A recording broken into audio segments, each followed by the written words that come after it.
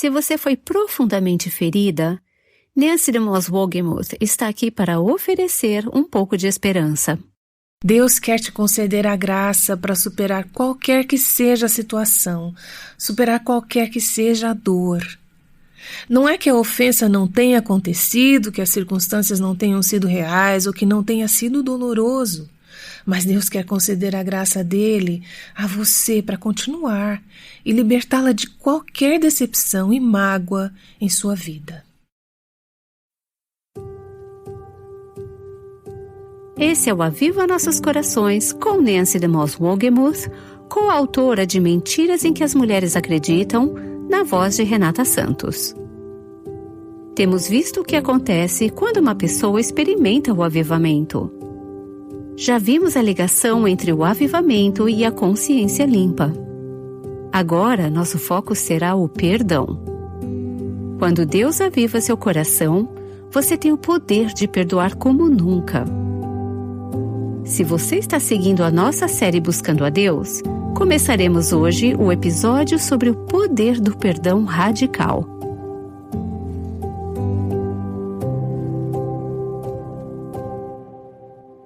Se vocês leram o livro ou assistiram ao filme Grandes Esperanças, de Charles Dickens, devem se lembrar de que uma das personagens principais naquela história é uma excêntrica senhora idosa chamada Senhorita Havisham.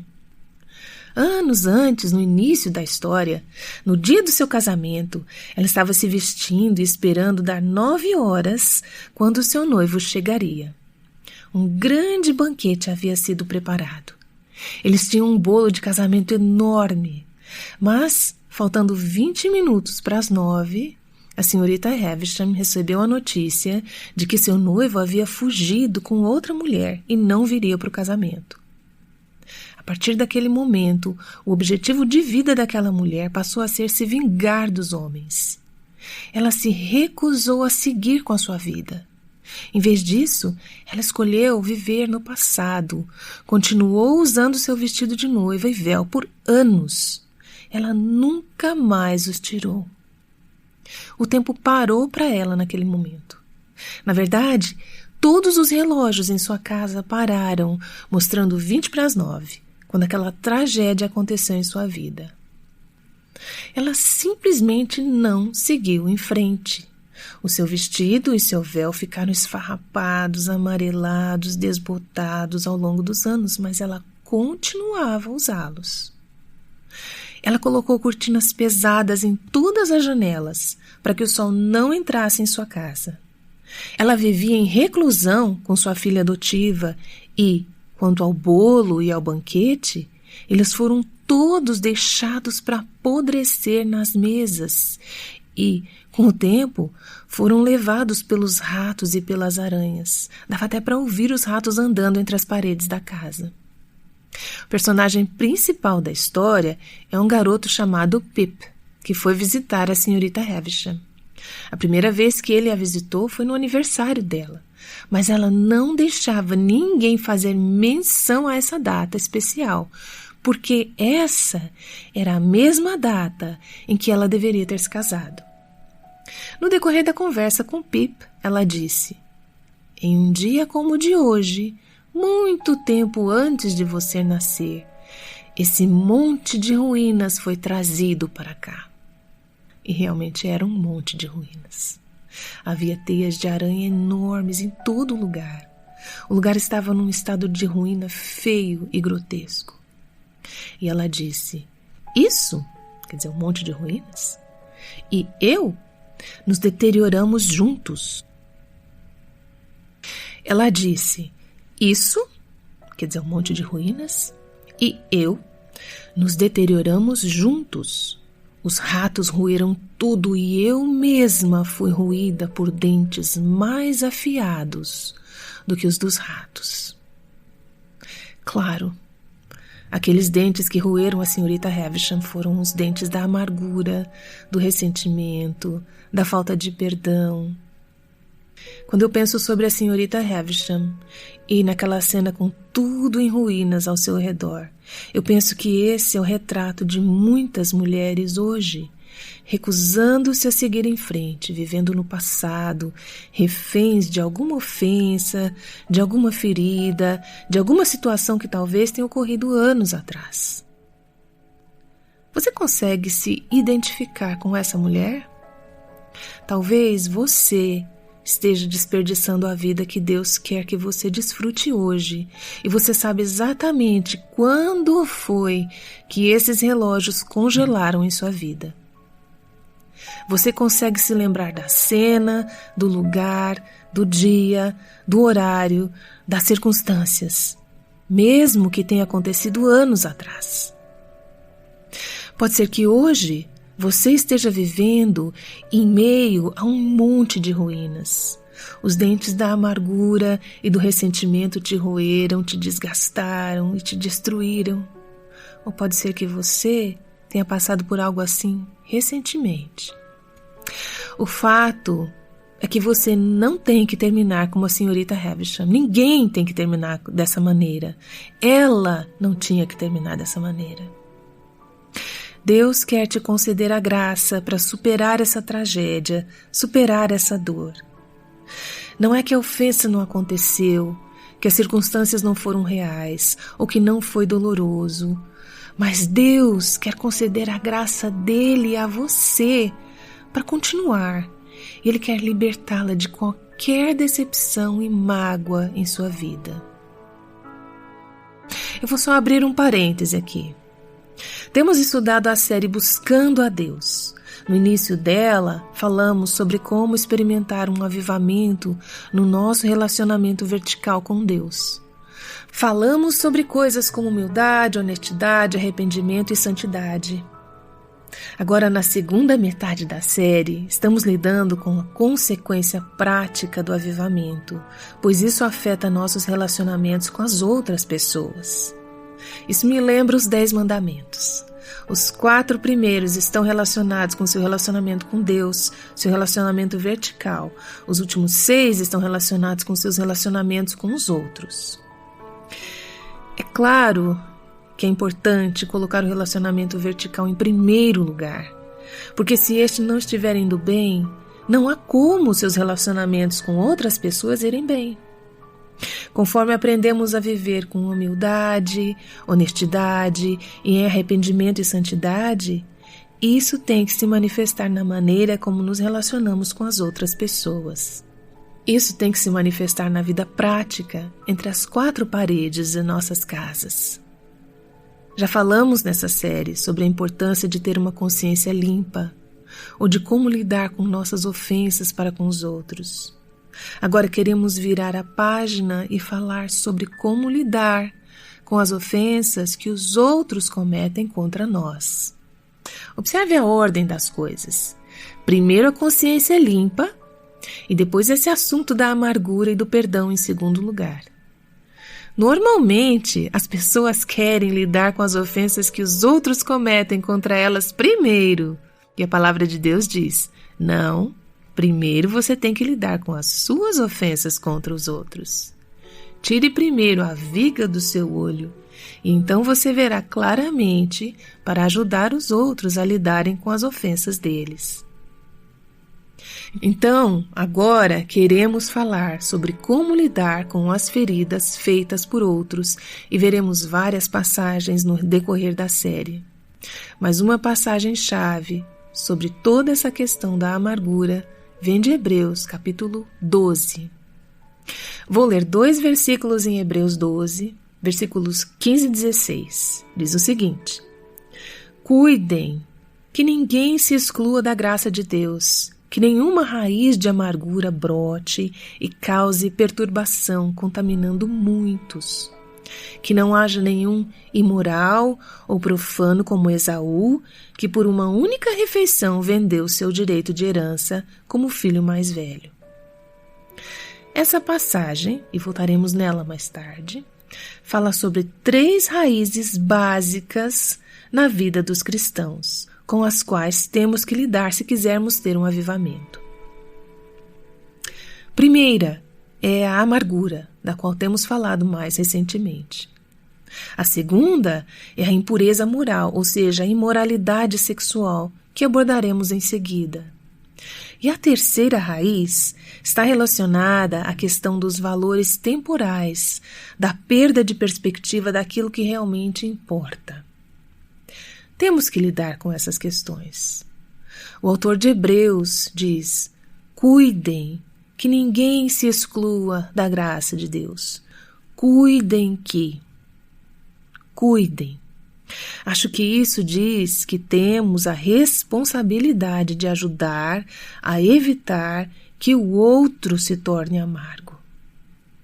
Gostaria que todos que tiverem contato com esta palavra não deixem de obter a graça de Deus.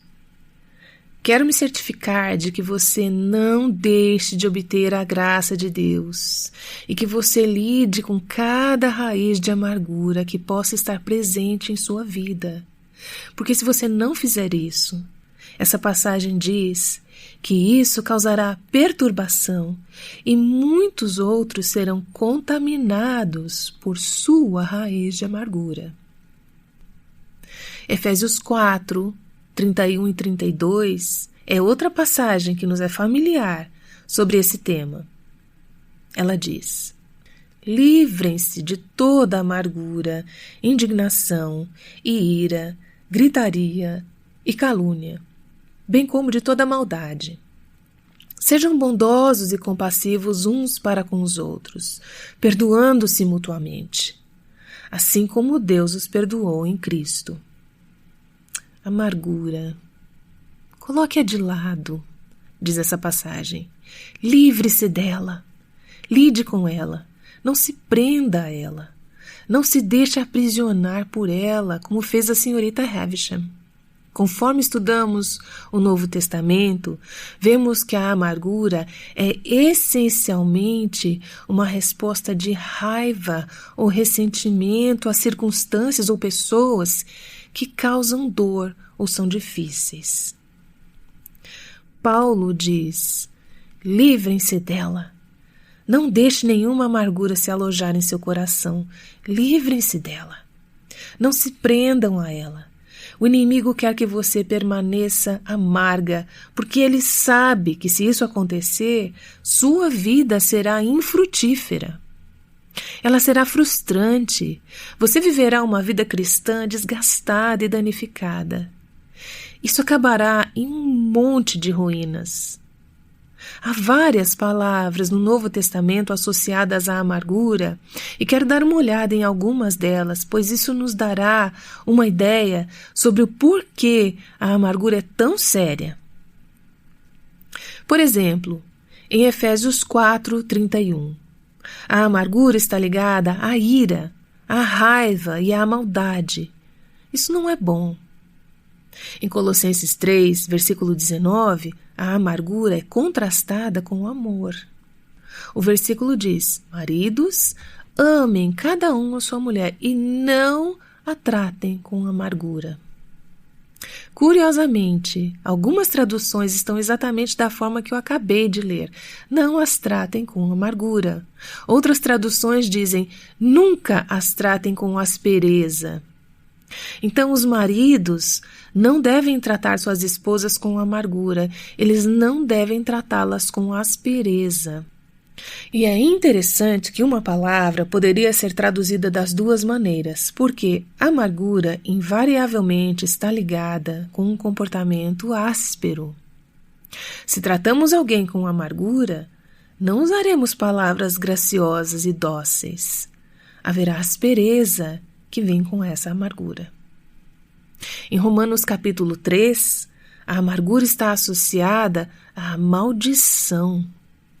E em Tiago capítulo 3, a amargura está associada ao ciúme. Ciúmes, maldição, tratamento áspero, ira, raiva, maldade. Você quer que essas coisas estejam em sua vida? Não, você não quer. Por que deixamos raízes de amargura permanecer em nossos corações? A amargura entristece o Espírito de Deus. Provavelmente essa é a pior coisa. Ela entristece o Espírito de Deus. demonstra uma falta de confiança no plano de Deus e em seu amor. Ela demonstra resistência à vontade de Deus. Não gostamos do que Deus fez, não gostamos das escolhas que Ele fez. Podemos não dizer que estamos amargas em relação a Deus. Pode ser que o foco da nossa amargura seja aquele ex-marido, aquele chefe, aquele vizinho, aquele filho, mas no fim das contas, toda a amargura é dirigida contra Deus. Então, a amargura entristece o Espírito de Deus, porque é uma resistência contra Deus. Mas nossa amargura também afeta os outros. Pessoas que não são tolerantes, que não perdoam, geralmente se tornam duras e frias. Frequentemente elas se tornam depressivas e até ficam doentes fisicamente.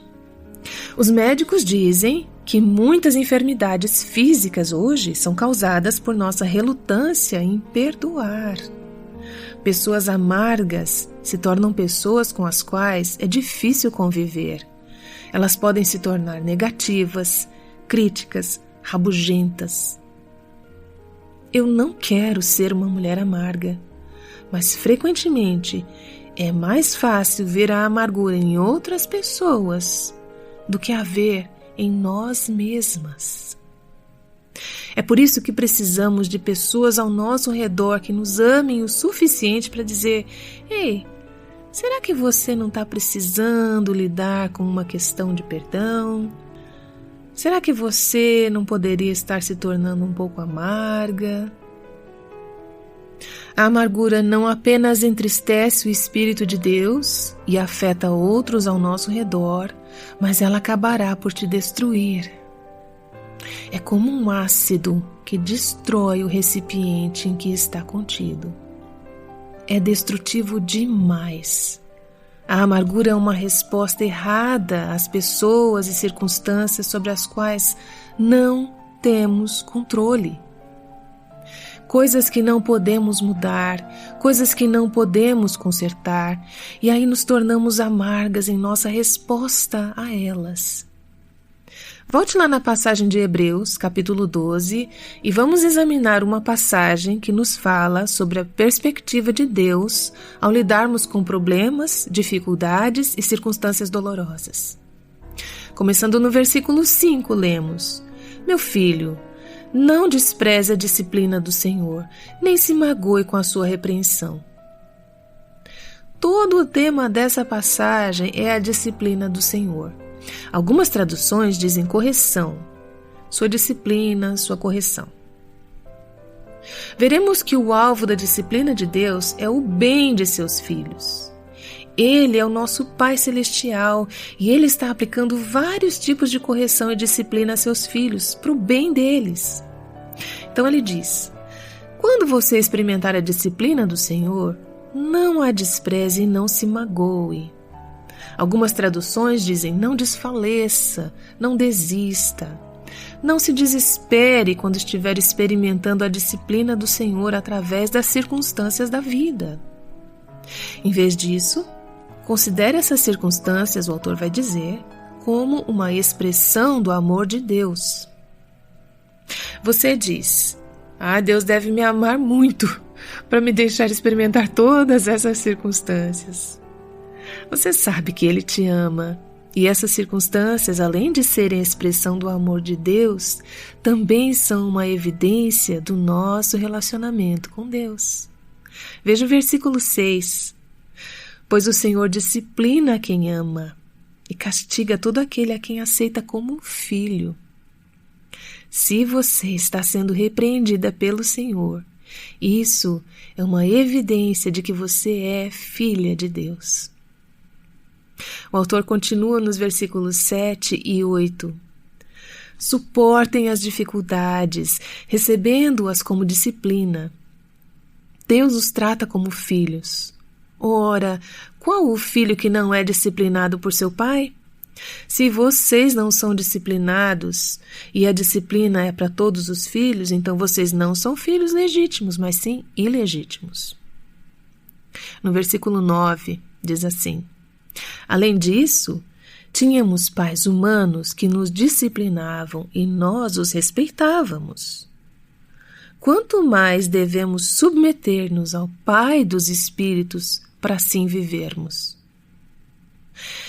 Então, qual deve ser a nossa resposta à mão disciplinadora de Deus? A essas circunstâncias na vida que são decepcionantes, que são penosas, dolorosas e difíceis? Ao invés de nos tornarmos amargas por causa delas, o que devemos fazer? Devemos suportá-las. Devemos nos submeter às mãos e ao coração de nosso Pai, que traz essa circunstância para as nossas vidas, para o nosso bem. Qualquer que seja a circunstância que está criando esse sentimento de amargura, o que Deus pretende com essa experiência é que ela seja realmente proveitosa para você. Você pode se perguntar: como isso pode ser proveitoso? Bem, olhe para o próximo parágrafo. Versículos 10 e 11 diz assim: nossos pais nos disciplinavam por curto período, segundo lhes parecia melhor, mas Deus nos disciplina para o nosso próprio bem, para que participemos da sua santidade. Nenhuma disciplina parece ser motivo de alegria no momento, mas sim de tristeza. Mais tarde, porém, produz fruto de justiça e paz para aqueles que por ela foram exercitados. Então o escritor de Hebreus está dizendo: há uma luz no fim do túnel, há um objetivo, há um propósito de Deus nisso. Ele quer produzir o fruto da justiça em sua vida. Então, sim, você tem que suportar a dolorosa disciplina e a mão da correção de Deus a fim de que possa chegar lá. Não se torne amarga. Não entre em desespero. Não desista. Não desfaleça. Não abandone a corrida.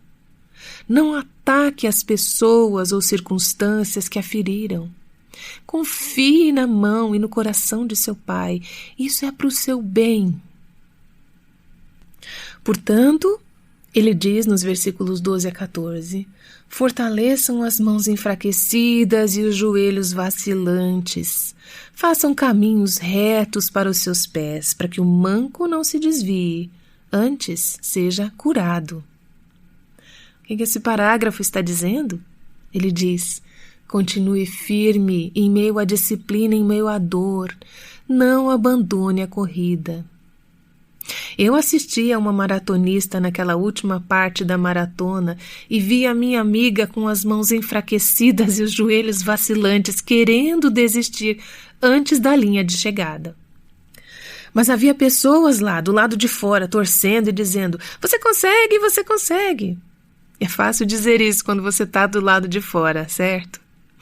Mas Deus permanece nos bastidores e nos diz: fortaleçam as mãos enfraquecidas e os joelhos vacilantes. Não abandonem a corrida. Então, o escritor diz aqui que Deus quer usar a disciplina para curar o que está enfraquecido em você. Há partes em nossos corpos espirituais que são fracas. Elas são necessitadas, são frágeis. Elas precisam ser fortalecidas e Deus usa a dor e a disciplina para curar o que está enfraquecido. Há um processo positivo que acontece através da disciplina.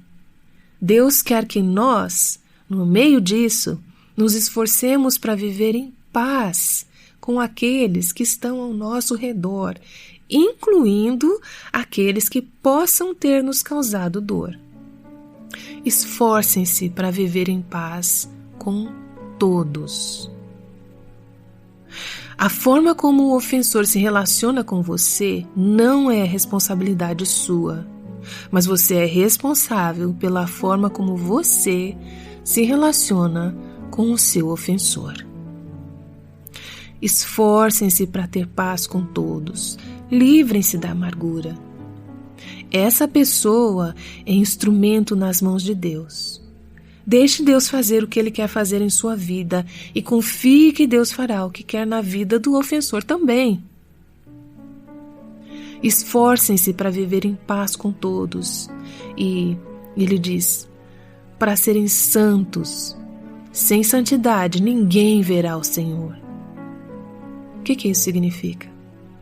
Eu acredito que o escritor está querendo dizer assim: tenha uma resposta santa à dor. Por quê? Porque através da dor você vai ver e vai experimentar Deus de uma forma que de outro modo não seria possível. Busquem a santidade sem a qual ninguém verá o Senhor. Você não pode tornar-se santa sem a dor e você não pode ver a Deus sem a santidade. Então, se você quer ver o Senhor, se você quer ter um relacionamento íntimo com Ele, você tem que estar disposta a submeter-se à dor. Falei com uma amiga recentemente, cujo sócio nos negócios do marido estava tomando algumas decisões muito tolas e desagradáveis que poderiam levar esse negócio à falência. O sócio sabia disso, mas não se importava e estava seguindo com o plano de ação de qualquer maneira. No momento da nossa conversa, ela ainda não sabia como isso terminaria. Eles poderiam ir à falência, mas foi maravilhoso ouvir da minha amiga e sentir nela a grande alegria, a liberdade e o doce fruto que está sendo desenvolvido em sua vida através desse processo duro, longo, doloroso. Ela disse: eu não trocaria isso por nada. Ela não estava dizendo isso olhando para trás. Ela estava dizendo isso em meio ao fogo. E essa é uma resposta santa para a dor. Então, o escritor conclui no versículo 15: cuidem que ninguém se exclua da graça de Deus, que nenhuma raiz de amargura brote e cause perturbação, contaminando muitos. Essa é a alternativa. Se você não receber a graça de Deus, você se tornará amarga. Deus tem graça para você, para essa provação, para essa luta, para esse problema, para essa decepção. Mas se você não se humilhar e receber a sua graça, você se tornará amarga, e essa amargura incomodará e contaminará muitas pessoas ao seu redor. Então, qual é a cura para a amargura? Receber e apropriar-se da graça de Deus para lidar com sua circunstância, para responder a uma pessoa difícil. Aprenda a ver a mão de Deus em suas circunstâncias, seus propósitos, seu desígnio. Receba a provação como um presente de Deus destinado ao seu bem, para a sua santificação. Deus está querendo conformá-la à imagem de Cristo e Ele usará essa circunstância para fazer isso se você não se tornar amarga. Ao passar por isso, clame a Deus, como temos aprendido a fazer através dessa série. Clame a Deus por graça. Senhor, eu não consigo lidar com essa pessoa, eu não consigo lidar com essa circunstância, eu não consigo lidar com essa dor, eu preciso do Senhor. E repetidas vezes Deus enviará a sua graça correndo para a cena da sua necessidade. Então, olhe além das circunstâncias imediatas, olhe para o resultado final que Deus quer trazer à sua vida. Qual é esse resultado? Ele está te tornando santa. Ele está te tornando mais parecida com Jesus, que, embora sendo filho, aprendeu a obedecer por meio daquilo que sofreu. Hebreus 5, 8. Se você conseguisse enxergar o resultado final, que é a santidade, a semelhança com Cristo, a glória de Deus em sua vida, você não estaria disposta a suportar ao invés de tornar-se amarga? Realmente, a escolha é sua. Você quer terminar como uma pessoa amarga, zangada, ressentida, ou quer terminar como uma pessoa santa e semelhante a Cristo? Porque você recebeu essas circunstâncias das mãos de Deus como um presente, e você escolheu receber a graça de Deus ao invés de tornar-se amarga? Pai, nesse momento, eu oro para que a amargura seja liberada e o perdão seja acolhido. Somos gratas pela forma com que nos perdoou, ó Senhor, por sua incrível graça e misericórdia em nossas vidas. Eu oro para que o Senhor liberte os cativos, para que possamos seguir em frente com a vida e avançar para a plenitude e a frutificação de tudo que o Senhor tem para nós, quando escolhemos o caminho do perdão. Eu oro em nome de Jesus. Amém. Essa é Nancy DeMoss Wolgemuth ajudando muitas mulheres a começar a escapar da força da amargura hoje. Quando é certo confrontar alguém a respeito de uma ofensa e quando devemos ignorá-la? Nancy falará sobre essas questões no próximo episódio. Esperamos você de volta no Aviva Nossos Corações. Aviva Nossos Corações, com Nancy DeMoss Wolgemuth, faz parte do Ministério Life Action.